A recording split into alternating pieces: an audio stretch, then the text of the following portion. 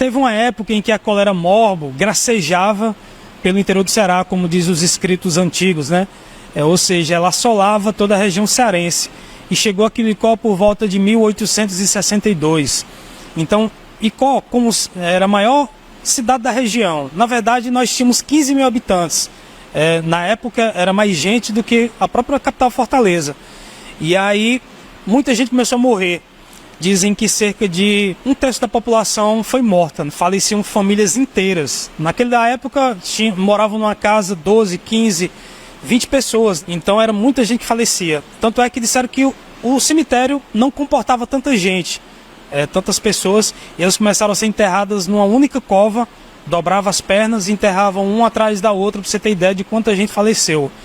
E uma pessoa que teve um papel muito importante nisso foi exatamente o construtor do teatro, o Pedro Tebege, e um médico icoense chamado Dr. José Rufino, que poucas pessoas conhecem, né? Eles se dedicaram a atender essas pessoas, mas não tinha enfermaria, não tinha hospital.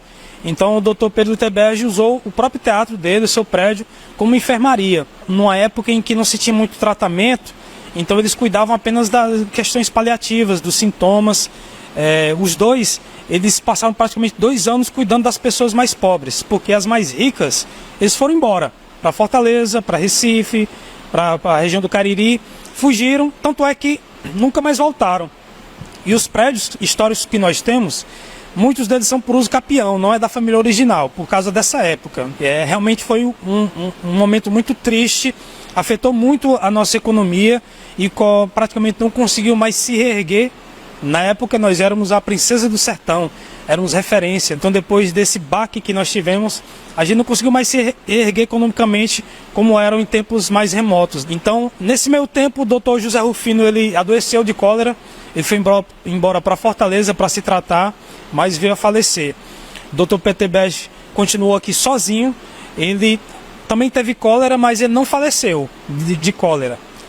Mas ele teve a saúde um pouco afetada com a cólera, né? Era uma doença muito, muito cruel, atacava o estômago, as vísceras, mas ele veio falecer em 1864 de uma congestão cerebral, que seria um derrame cerebral, na verdade. E aí ele passou alguns dias acamados e veio a falecer. Vale salientar que o Dr. Pedro Tebege é uma pessoa muito importante para a nossa cidade e pouca gente conhece. Um rapaz que se deslocou de Paris, aliás, da França, Marseille, cidade de Marseille, na França, para Icó, e fez cemitério, teatro, cadeia, igreja, açude, saneamento básico, sem ser político, sem ser nada. Porque ele acreditava que uma sociedade ela só pode ser organizada com interesse popular.